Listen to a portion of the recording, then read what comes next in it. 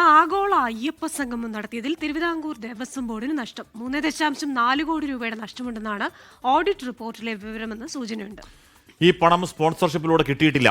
Audit report ഇന്ന് ഹൈക്കോടതിയിൽ നൽകും. ഷിജോ കുര്യൻ വിവരങ്ങൾ വച്ചിരുന്നു. ഷിജോ, ഒന്നാമത് സാമ്പത്തിക പ്രതിസന്ധിയുടെ സമയമാണ്. ആ സമയത്താണ് ദേവസ്വം ബോർഡ് 3 കോടി രൂപ അങ്ങോട്ടേക്ക് കൊടുത്തത്. കൊടുത്ത സമയത്ത് മന്ത്രി അടക്കം പറഞ്ഞത് അത് തിരിച്ചു കിട്ടും എന്നാണ് പറഞ്ഞത്. കിട്ടിയിട്ടില്ല എന്ന് ഉറപ്പിക്കാവോ? അങ്ങനെയെങ്കിൽ അത് ഒരു കൈൻഡ് ഓഫ് വിശ്വാസവഞ്ചനയാണ്. Shijo, good morning.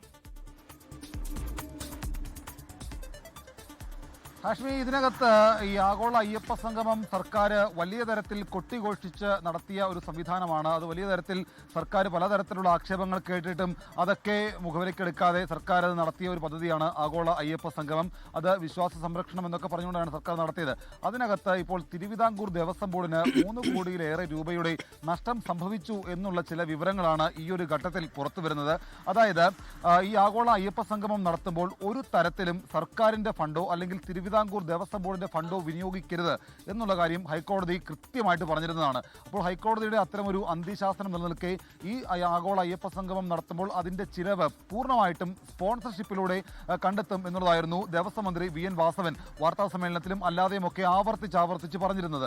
അതായത് ഇതിന്റെ ആഗോള അയ്യപ്പ സംഗമം നടത്തിപ്പുമായി ബന്ധപ്പെട്ടുകൊണ്ട് ഏകദേശം 8 കോടിയോളം രൂപ ചിലവ് വരുമെന്നുള്ള തരത്തിലുള്ള ചില പ്രതികരണങ്ങളൊക്കെ മന്ത്രി നടത്തിയിരുന്നതാണ്. അപ്പോൾ അത് പൂർണ്ണമായിട്ട് സ്പോൺസർഷിപ്പിലൂടെ നൽകുമെന്നുള്ള കാര്യങ്ങളാണ് പറഞ്ഞിരുന്നത്.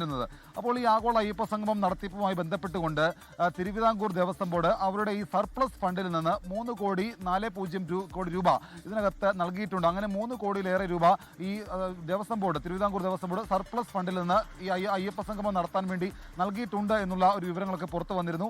അത് പ്രകാരം ആ തുക ഇപ്പോൾ ഈ ആഗോള അയ്യപ്പ സംഗമം കഴിഞ്ഞ് ഏതാണ്ട് സെപ്റ്റംബർ മാസം 20-ാം തീയതി നടത്തിയത്. അത് കഴിഞ്ഞ് ഇത്ര നാളായിട്ടും ആ തുക തിരികെ തിരുവിതാംകൂർ ദേവസ്വം ബോർഡിലേക്ക് വന്നിട്ടില്ല. അങ്ങനെ തിരുവിതാംകൂർ ദേവസ്വം ബോർഡിന് നഷ്ടം സംഭവിച്ചു എന്നുള്ള കാര്യമാണ് നമുക്ക് ദേവസ്വം ബോർഡിൽ നിന്ന് ലഭിക്കുന്ന വിവരം. ഇത് സംബന്ധിച്ചുകൊണ്ട് ഓഡിറ്റ് റിപ്പോർട്ടും അതുപോലെ തന്നെ ദേവസ്വം കമ്മീഷണറുടെ റിപ്പോർട്ടും ഒക്കെ ഉണ്ട് എന്നുള്ള ചില സൂചനകൾ കൂടി വരുന്നുണ്ട്. ഈ റിപ്പോർട്ട് ഇന്നിപ്പോൾ കോടതിക്ക് മുമ്പാകെ വരികയാണ്. ഹൈക്കോടതി ദേവസ്വം ബെഞ്ചിന് മുമ്പാകെ വരികയാണ്. അവിടെ വരുമ്പോഴായിരിക്കും എത്രമാത്രം നഷ്ടം സംഭവിച്ചിട്ടുണ്ടോ എന്നുള്ളതിന് കൃത്യമായിട്ടുള്ള ഒരു വിവരം പുറത്തു വരികയുള്ളൂ. നിലവിൽ നമുക്ക് ലഭിക്കുന്ന വിവരപ്രകാരം ആഗോള അയ്യപ്പ സംഗമത്തിലൂടെ തിരുവിതാംകൂർ ദേവസ്വം ബോർഡ് അത് നടത്താൻ വേണ്ടി നൽകിയ 3 കോടിയിലേറെ രൂപ തിരുവിതാംകൂർ ദേവസ്വം ബോർഡിന് തിരികെ കിട്ടിയിട്ടില്ല. അതായത് ഈ സ്പോൺസർഷിപ്പിലൂടെ ആ തുക തിരികെ വന്നിട്ടില്ല എന്നുള്ള കാര്യങ്ങൾ വ്യക്തമാക്കുന്ന ചില സൂചനകളാണ് ഇപ്പോൾ ലഭിച്ചിരിക്കുന്നത്. എന്തായാലും ഓഡിറ്റ് റിപ്പോർട്ടും മറ്റ് കമ്മീഷണർ റിപ്പോർട്ടും എല്ലാം ഹൈക്കോടതി ദേവസ്വം ബെഞ്ചിന്റെ മുമ്പാകെ വരുമ്പോൾ മാത്രമേ ഇത് സംബന്ധിച്ചുകൊണ്ട് കാര്യങ്ങളിൽ കൂടുതൽ വ്യക്തത വരികയുള്ളൂ. എന്തായാലും സർക്കാരിന് അല്ലെങ്കിൽ ദേവസ്വം ബോർഡിന് നഷ്ടം സംഭവിച്ചു എന്നുള്ള കാര്യം ഏറെക്കുറെ ഉറപ്പിക്കാവുന്ന ഒരു സാഹചര്യം നിലനിൽക്കുന്നുണ്ട്. ഹാഷ്മി, ഓക്കെ ഷിജു ആണ് വാർത്തയുടെ വിവരങ്ങൾ നൽകിയത്. അപ്പോൾ അന്ന് പറഞ്ഞത് ആഗോള അയ്യപ്പ സംഗമം സർക്കാർ 5 പൈസ എടുക്കുന്നില്ല, അതൊക്കെ സ്പോൺസർഷിപ്പിലൂടെയാണെന്ന് പറഞ്ഞു. പക്ഷേ സർക്കാർ കൊടുത്താണ്, അല്ലെങ്കിൽ ദേവസ്വം ബോർഡ് കൊടുത്താണ് ആ പണം.